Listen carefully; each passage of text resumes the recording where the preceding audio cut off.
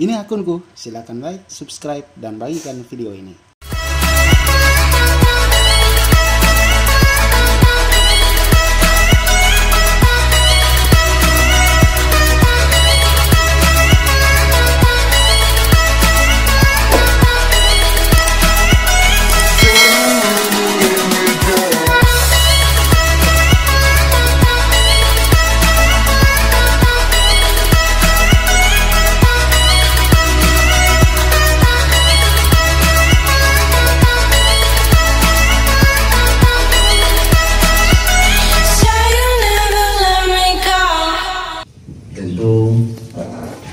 COVID-19, penanggulangan COVID-19 ini sudah berlangsung sejak bulan Maret, dan langkah-langkah yang kita lakukan adalah pertama pembentukan gugus tugas di tingkat kabupaten dan dilanjutkan gugus tugas tingkat kecamatan dan sampai di tingkat desa kelurahan. Dan itu gugus tugas sudah berjalan ya, menurut tahapan-tahapannya dan tingkatan-tingkatannya, dan semua berjalan dengan bagus. Selama ini kerjasama yang dijalankan betul-betul optimal. Dan berikut berkaitan dengan orang datang ya, kita sudah lakukan karantina, semi karantina, jadi bukan karantina full tapi semi karantina. Jadi ada sekian orang yang sudah kita karantina one night di rumah sakit kita ya, rumah sakit umum daerah kita. Dan jumlah orang yang kita karantina itu ada 1.234 orang sampai dengan kemarin ya. Dan dari semua ini ODP kita 114 ya 114 orang, dan yang sudah kita lewati 14 hari isolasi diri 25 orang ya, berarti tinggal 89 orang yang masih dalam status ODP. Sedangkan PDP sampai sekarang tidak ada, tapi kemarin ada satu catatan nyaris jadi PDP. Tapi ternyata ya, tapi bagus, sudah kita sikapi dengan bagus ya. Walau bukan PDP, kita anggap PDP dan kita belajar menangani itu. Maka yang pas ada kasus satu itu ya, kita anggap PDP dan kita rawat dia sebagai PDP ringan sedang di Karitas. Dan ternyata dalam proses kita khawatir kalau itu berat, maka kita kirim ke rumah sakit umum daerah. Dan ternyata sampai di sana memang dia sakit, gejalanya hampir sama dengan COVID, tapi dia adalah kasus yang lain dan tidak pada. Tapi bagus ya, dalam sosialisasi di tengah masyarakat kita katakan itu PDP, supaya orang di sana menjadi tambah care lagi di keluarga.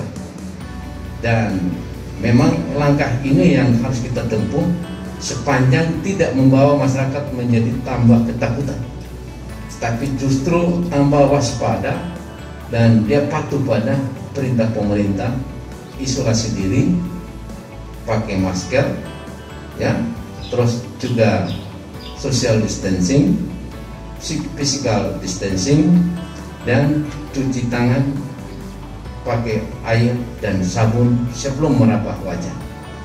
Ini yang kita harapkan. Kuncinya adalah physical distancing, pakai masker, dan cuci tangan sebelum meraba wajah. Kebersihan, kalau 3 hal ini kita lakukan, biar corona banyak lagi di pinggir-pinggir, orang itu tidak akan terinfeksi. Nah, dan itu sekarang kita menuju sana.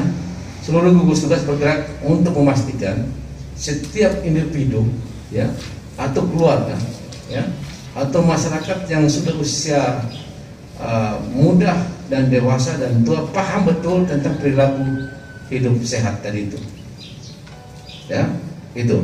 Dan kami sudah juga refocusing APBD ya untuk anggaran, karena itu ini ada kaitan dengan anggaran. Maka kami sudah menetapkan, di mana pertama dulu kita anggap cukup sekian aja, 6,6 miliar ya untuk ditangani. Tapi ternyata dalam perkembangan kita siapkan dengan penuh kekhawatiran memang ya.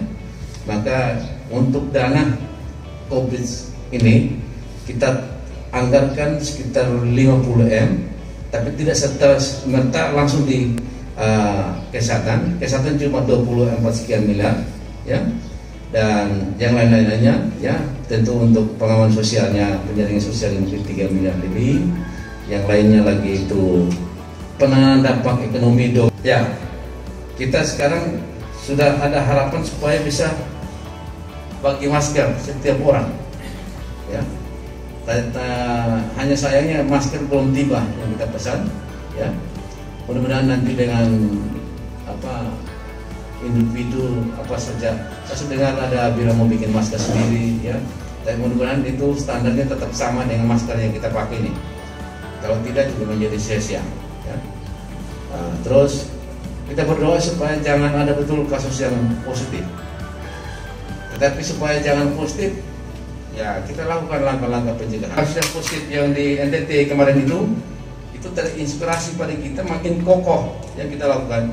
Wajib betul semua orang yang datang kita wajib semi karantina untuk dia pasti paham, dan isolasi diri itu menjadi bagian keseharian yang bisa dilakukan dengan keluarga. Kalau tidak, seperti yang kemarin itu, waduh, bukan main masalah, ya. Mudah-mudahan yang selama ini kita lakukan sudah maksimal, sudah optimal, ya, bagus, ya. Tapi kalau tidak, maka nanti 10 hari, 5 hari, 10 hari, 7 hari ke depan kita akan temukan kasus yang berat di tengah masyarakat. ODP-nya tidak apa-apa, tapi orang lain yang terkontak dengan ODP yang selama ini masih normal, no simptom, ya, tapi sudah terinfeksi. Ya, jadi teman-teman nanti tolong, ya, walaupun ODP jangan yakini bahwa dia bebas dari virus. Selesai 14 hari pun orang itu harus kita jaga. Karena apa? Perjalanan tadi itu, ya, ini kan teori 14 hari.